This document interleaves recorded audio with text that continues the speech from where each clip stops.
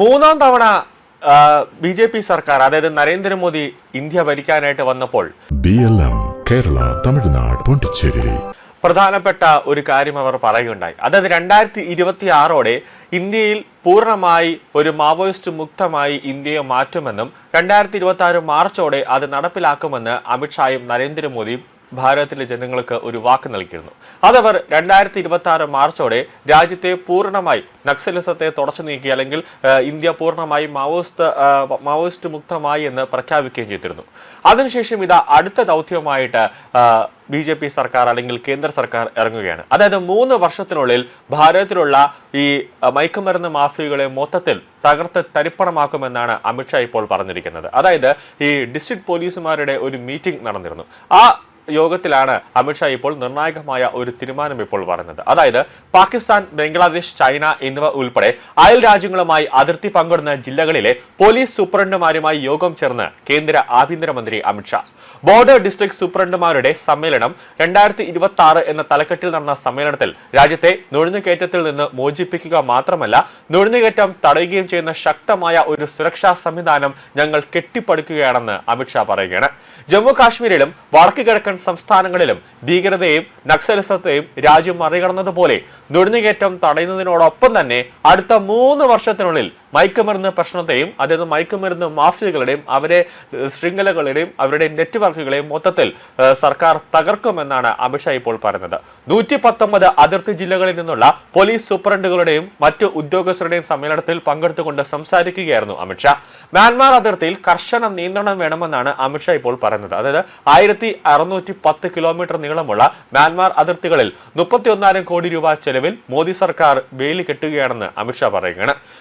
അതായത് നിഴൽ യുദ്ധം, അതോടൊപ്പം തന്നെ നുഴഞ്ഞുകയറ്റം, തീവ്രവാദത്തിന്റെ വ്യാപനം, മയക്കുമരുന്ന് കള്ളക്കടത്ത്, അതോടൊപ്പം തന്നെ ഡ്രോണുകൾ, സൈബർ കുറ്റകൃത്യങ്ങൾ, ഈ ഡ്രോണുകൾ വഴി ലഹരി പദാർത്ഥങ്ങൾ അല്ലെങ്കിൽ ആയുധങ്ങൾ കൊണ്ട് ഇന്ത്യൻ അതിർത്തിയിലേക്ക് കൊണ്ട് എത്തിക്കുന്ന ഒരു നീക്കങ്ങൾ, ഈ സംഘടിതമായ കുറ്റകൃത്യങ്ങൾ, അതോടൊപ്പം തന്നെ ജനസംഖ്യാ മാറ്റം എന്നിവ തടയുക എന്നുള്ളതാണ് പ്രധാനപ്പെട്ട ലക്ഷ്യം. കൂടാതെ അതിർത്തി എല്ലാം തന്നെ വാസയോഗ്യമാക്കുക, അവിടെ നിന്നുള്ള കുടിയേറ്റങ്ങൾ തടയുക, അവിടെ നിന്നും ആരും ഇന്ത്യയിലേക്ക് അനധികൃതമായി കടന്നു വരാതെ നോക്കുക, കൂടാതെ സുരക്ഷ കർശനമായ രീതിയിൽ ഉറപ്പാക്കുക എന്നിവയാണ് പ്രധാനപ്പെട്ട ലക്ഷ്യങ്ങൾ.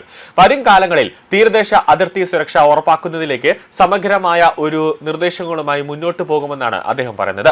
കൂടാതെ സ്മാർട്ട് ബോർഡർ എന്ന ആശയത്തെ അടിസ്ഥാനമാക്കിയുള്ള ഇന്ത്യയുടെ അതിർത്തി സുരക്ഷാ സംവിധാനം ഭാവിയിൽ ലോകത്തിലെ ഏറ്റവും ആധുനിക സുരക്ഷാ സംവിധാനമായി മാറുമെന്നാണ് അമിത്ഷാ പറയുന്നത്. മോദി സർക്കാർ അതിർത്തിയിൽ കാവൽ സേനകളെയും അതോടൊപ്പം തന്നെ സംസ്ഥാന ജില്ലാ ഭരണകൂടങ്ങൾ, ജില്ലാ ഗവൺമെന്റിന്റെ ബന്ധപ്പെട്ട പങ്കാളികൾ, തദ്ദേശവാസികൾ എന്നിവരുമായി സഹകരിച്ച് ശക്തമായ ഒരു ചതുർമുഖ സുരക്ഷാ ശൃംഖല കെട്ടിപ്പടുക്കുകയാണെന്ന് ആഭ്യന്തരമന്ത്രി പറയുകയാണ്. മോദി സർക്കാർ അതിർത്തി അടിസ്ഥാന സൗകര്യങ്ങൾ 400% വർദ്ധിപ്പിച്ചിട്ടുണ്ടെന്നും അദ്ദേഹം പറയുകയാണ്. ഇതിനു പുറമെ അതിർത്തി പ്രദേശങ്ങളിലെ ജനസംഖ്യാപരമായ മാറ്റത്തിന്റെ മൂലകാരണം നുഴഞ്ഞുകയറ്റമാണെന്ന് അമിത്ഷാ ഇപ്പോൾ ഈ പോലീസ് ഉദ്യോഗസ്ഥരുമായി ചേർന്ന യോഗത്തിൽ പറഞ്ഞിരിക്കുകയാണ്.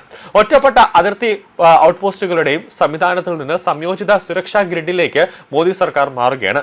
അതിർത്തി പ്രദേശങ്ങളിലെ അസാധാരണമായ കാരണങ്ങളാൽ ജനസംഖ്യാ ശാസ്ത്രത്തിലുണ്ടാകുന്ന മാറ്റങ്ങളെക്കുറിച്ചുള്ള വിവരങ്ങൾ താഴെത്തട്ടിൽ നിന്ന് ഉന്നത തലത്തിലേക്ക് എത്രയും വേഗം എത്തിക്കേണ്ടതിന്റെ പ്രാധാന്യത്തെപ്പറ്റിയും ഇവർ ചർച്ച ചെയ്തിട്ടുണ്ട് എന്നാണ് പ്രധാനപ്പെട്ട കാര്യം. കൂടാതെ രാജ്യത്തിന്റെ സുരക്ഷ, അതാണ് ഏറ്റവും പ്രധാനപ്പെട്ട കാര്യം. അതുകൊണ്ട് തന്നെ അതിർത്തിയിൽ നുഴഞ്ഞുകയറി വരുന്ന, അനധികൃതമായി നുഴഞ്ഞുകയറി വരുന്ന ആരായിരുന്നാലും അവരെ കർശനമായി തന്നെ അടിച്ചോടിക്കുക, അല്ലെങ്കിൽ അവരെ പിടിച്ച് അറസ്റ്റ് ചെയ്ത് ഇന്ത്യയിലെ ജയിലുകളിൽ പാർപ്പിക്കുന്നത് പകരം അവരെ അവരുടെ രാജ്യത്തുള്ള സുരക്ഷാ ഏജൻസികളുമായിട്ട് അല്ലെങ്കിൽ അവരുടെ രാജ്യത്തുള്ള സുരക്ഷാ സൈന്യത്തിന്റെ കയ്യിലേക്ക് ഏൽപ്പിക്കുക എന്നുള്ള ഒരു നീക്കമാണ് ചെയ്യുന്നത്. കാരണം അതിർത്തി കടന്ന് ഇന്ത്യയിലേക്ക് വരുമ്പോൾ, നുഴഞ്ഞു കയറി വരുമ്പോൾ അവർ വലിയ രീതിയിലുള്ള ഒരു പ്രശ്നങ്ങൾ ഇന്ത്യയിൽ സൃഷ്ടിക്കുന്നുണ്ട്. അതിൽ അമിത്ഷാ പ്രധാനമായി കോട്ട് ചെയ്ത് പറഞ്ഞൊരു കാര്യം പശ്ചിമ ബംഗാളാണ്. അതിൽ പശ്ചിമ ബംഗാളിൽ ബി.ജെ.പി. സർക്കാർ അവിടെ അധികാരത്തിൽ എത്തിയതിനു ശേഷം ലക്ഷക്കണക്കിന് ബംഗ്ലാദേശികളാണ് പശ്ചിമ ബംഗാളിൽ നിന്ന് പലായനം ചെയ്തത്.